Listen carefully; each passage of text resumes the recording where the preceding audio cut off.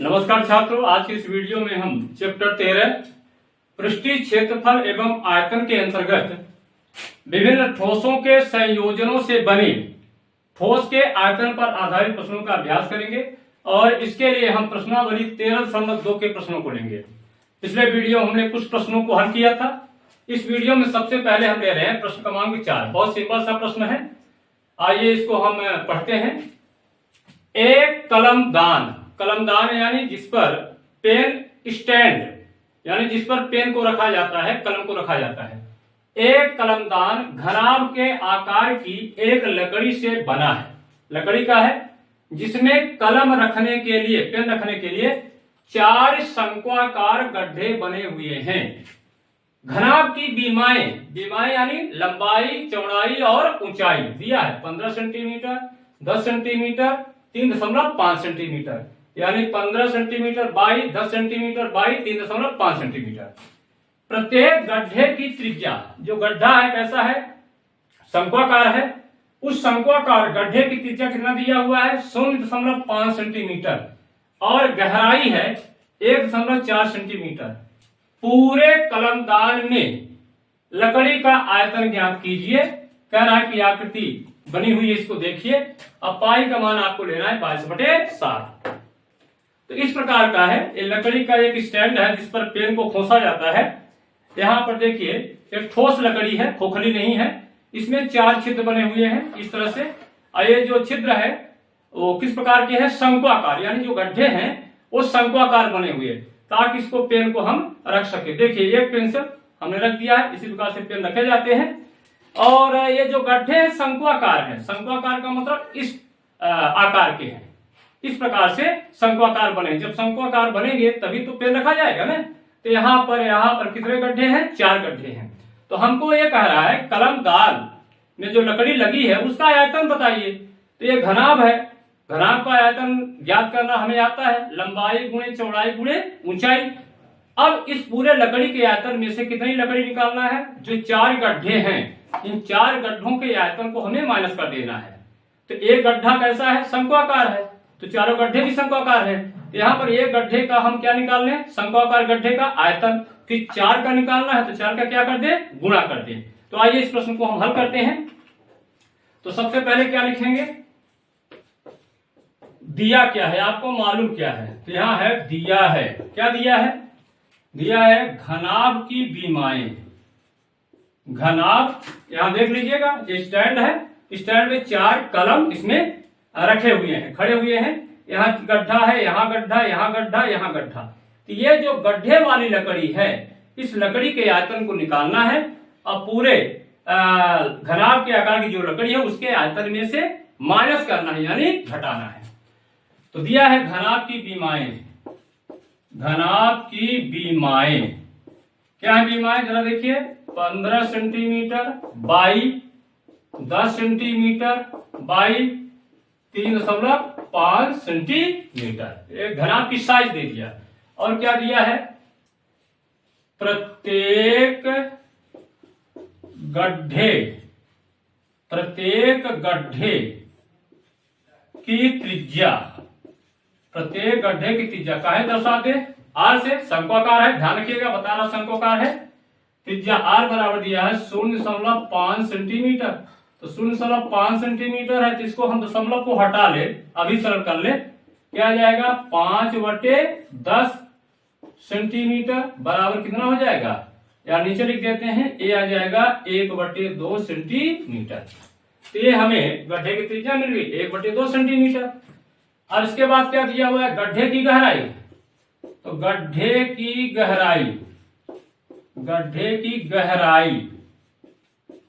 गहराई को कहे दर्शा दे, यस से। गड्ढे की गहराई कितनी है, 1.4 सेंटीमीटर। यहां भी चाहे तो दशमलव को आप यहीं पर सरल कर लीजिए, ये कितना आ जाएगा 14 कितना हो जाएगा 10। तो बराबर हो जाएगा आपका 7 कितना हो जाएगा 5 सेंटीमीटर। तो ये रहा है आपका, यहाँ पर या सेंटीमीटर लिख सकते हैं, सेंटीमीटर। तो 14/10 बराबर हो जाएगा 7/5 सेंटीमीटर। ये इतनी जानकारी अपन को है। अब हम निकालते हैं घनाभ का आयतन। अब घनाभ का आयतन क्या होता है, लिखना हो तो लिख दीजिए, लंबाई गुणे चौड़ाई गुणे ऊंचाई। अब लंबाई चौड़ाई ऊंचाई दी गई है, देखिए ना यहाँ 15 गुणे 10 गुणे कितना 3.5, तो 10 का आप 3.5 में गुणा कर दीजिए तो दशमलव समाप्त हो जाएगा, तो यह जाएगा 15 गुणे यह जाएगा 35। अब क्या करिए 15 का 35 में गुणा कर दीजिए, कहीं रफ्तार कर लीजिए। चलिए 15 पचे 75 कितना आ जाएगा, हासिल 7 आ जाएगा, 15 पचे 75 हासिल 7 कैरी 7।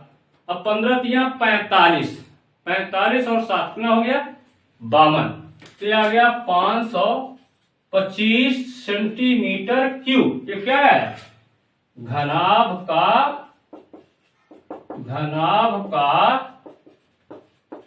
आयतन, ये घनाभ का आयतन हो गया। अब अपन को क्या करना है कि जो शंक्वाकार गड्ढे हैं उनका आयतन निकाल ले।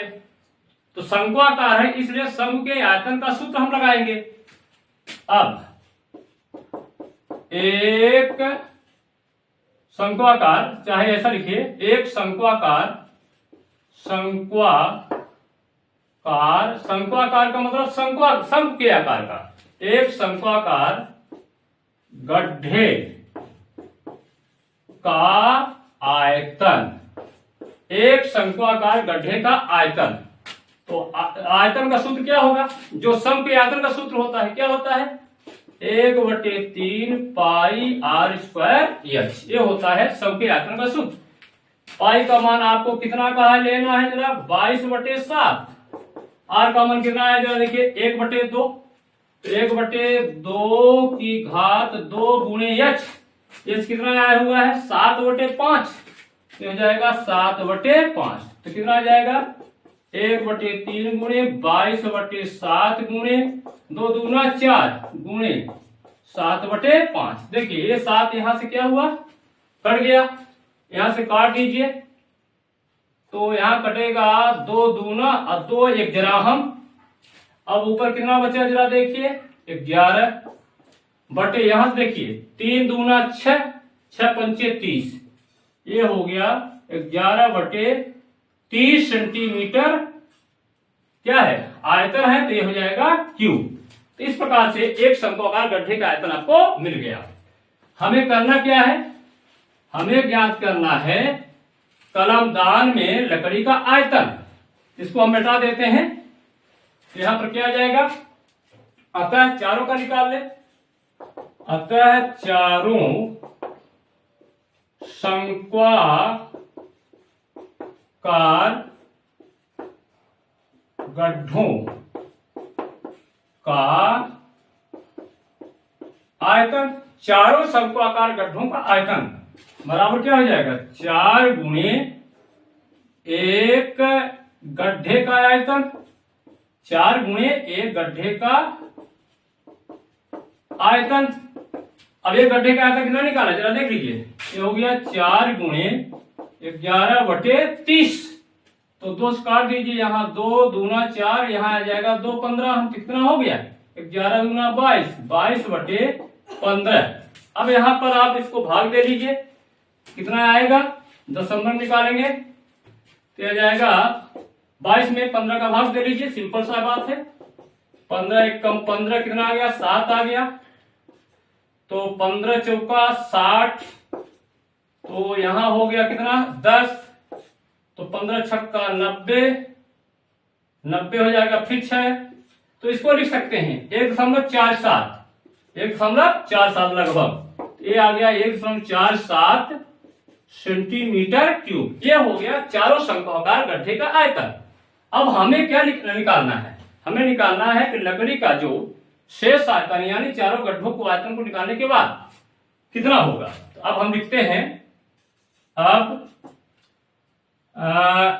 पूरे जो शब्द यहां लिखा हुआ है प्रश्न में, पूरे कलम दान में लकड़ी का आयतन, पूरे कलमदान में लकड़ी का आयतन, इसको याद रखना है कितना है 1.47। तो यहां लिख देते हैं 1.47।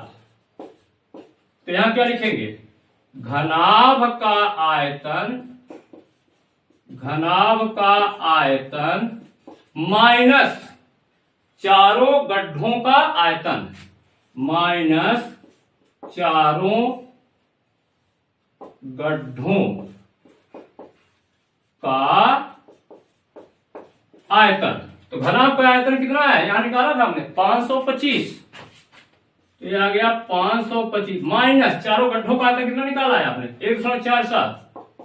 147 घटा दीजिए इसमें, तो घट जाएगा तो कितना आ जाएगा, 2 घटाएंगे तो आ जाएगा 523, और 2 में इतना घटेगा 143, कितना आ जाएगा 5-3 आना चाहिए, 5-3 और 4-7 एक मिलाप हो गया ना, कितना हो जाएगा 5-3, ये आएगा घटाने के बाद, यहां हो जाएगा सेंटीमीटर क्यूब। इस प्रकार से पूरे कलमदान में लकड़ी का आयतन कितना होगा 523.53 सेंटीमीटर क्यूब या घन सेंटीमीटर। इस प्रकार से प्रश्न क्रमांक 4 आपका हल होता है। अब मैं प्रश्न क्रमांक 5 लेता हूं, बड़ा व्यावहारिक प्रश्न है। आइए प्रश्न को पढ़ते हैं। सिंपल सा प्रश्न है, एक बर्तन एक उल्टे शंकु के आकार का है, इसकी ऊंचाई यानी शंकु की ऊंचाई 8 सेंटीमीटर और इसके ऊपरी सिरे यानी जो खुला हुआ सिरा है उसकी त्रिज्या 5 सेंटीमीटर है। यह ऊपर तक पानी से भरा हुआ है, यानी जो बर्तन है शंकु के आकार का पानी से पूरा भरा हुआ है। जब इस बर्तन में शीशे की कुछ गोलियां जिनमें प्रत्येक 0.5 सेंटीमीटर त्रिज्या वाला एक गोला है, अर्थात जो गोलियां हैं वो गोलाकार है, गोले के आकार की हैं और उसकी त्रिज्या कितनी है 0.5 सेंटीमीटर। तो इस बर्तन में शीशे की कुछ गोलियां डाल दी जाती हैं, तो इसमें से भरे हुए पानी का 1/4 भाग बाहर निकल जाता है। यानी शंकु में शंकु का बर्तन पानी भरा हुआ है और उसमें जब हम शीशे की गोली डाल देंगे तो कुछ पानी बाहर जाएगा, क्योंकि जितनी जगह गोलियां लेंगी जितना स्थान, उस स्थान का पानी कहां निकल जाएगा बाहर, क्योंकि गोलियां पानी में डूब जाएंगी। पानी कितना बाहर निकलता है, पानी का 1/4 भाग बाहर निकल जाता है। बर्तन में डाली गई शीशे की गोलियों की संख्या ज्ञात कीजिए।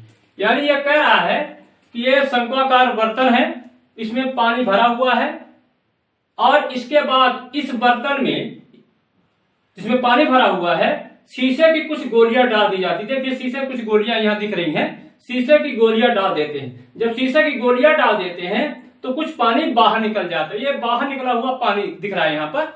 ये जो पानी बाहर निकला है ये कितना है, पूरे शंकु के आयतन का 1/4 हिस्सा है। तो कह रहा है कि शीशे की गोलियों की संख्या क्या होगी। तो यहां जाहिर है सभी गोलियों का कुल आयतन शंकु के बाहर निकले पानी के आयतन के बराबर होगा। क्यों बराबर होगा, क्योंकि गोलियां जब इसके अंदर डाली गई हैं तो जितने स्थान को गोलियां ग्रहण कर रही हैं उतने स्थान का ही पानी कहां निकला है बाहर। तो बाहर निकले पानी का आयतन बराबर हो जाएगा सभी गोलियों के आयतन के बराबर। तो आइए इसको सॉल्व करते हैं। बहुत सिंपल सा प्रश्न है। यहां देख लीजिए ना, जैसे ये बर्तन है इसमें पानी भरा हुआ है फुल और इसमें हम लोग जब गोली डाल देंगे गोली डूब जाएगी। तो जब गोली डूबेगी तो पानी कुछ कहां जाएगा, बाहर आएगा। बाहर पानी कितना आता है 1/4, ध्यान रखिएगा 1/4 हिस्सा। तो इसको हम सॉल्व करते हैं। तो सबसे पहले जो दिया है मालूम है उसको लिख लीजिए। क्या मालूम है,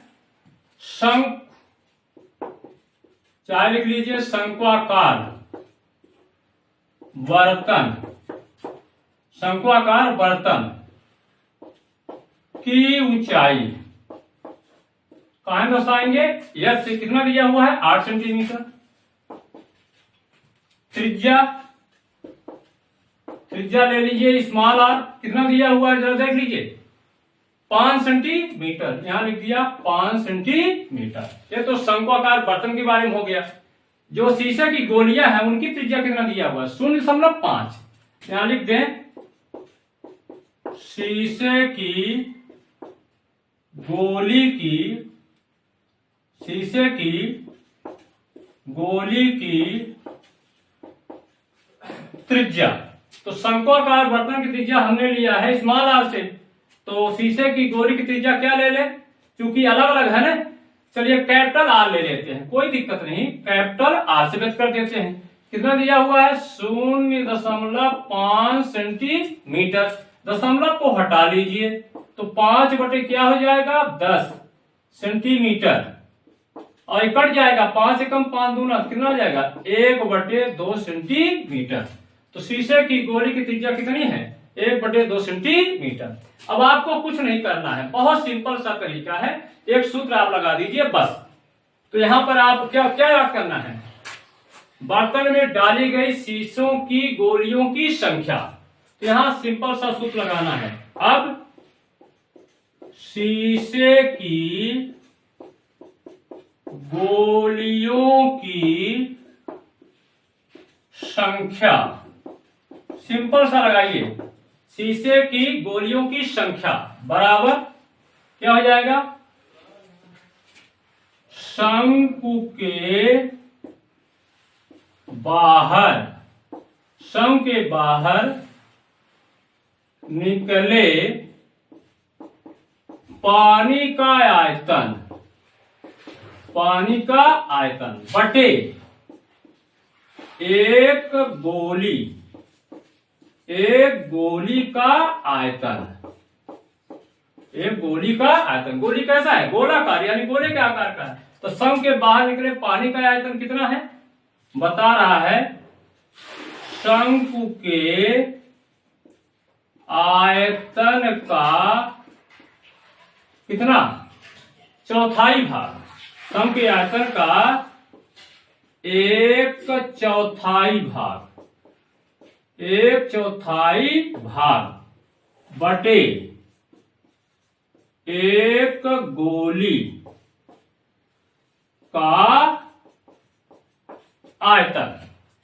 आइए अब आप क्या करते हैं, शंकु के आयतन का 1/4 भाग। तो यहां पर अब फिर से लिखना पड़ेगा, यहां 60 में लिखते हैं गोलियों की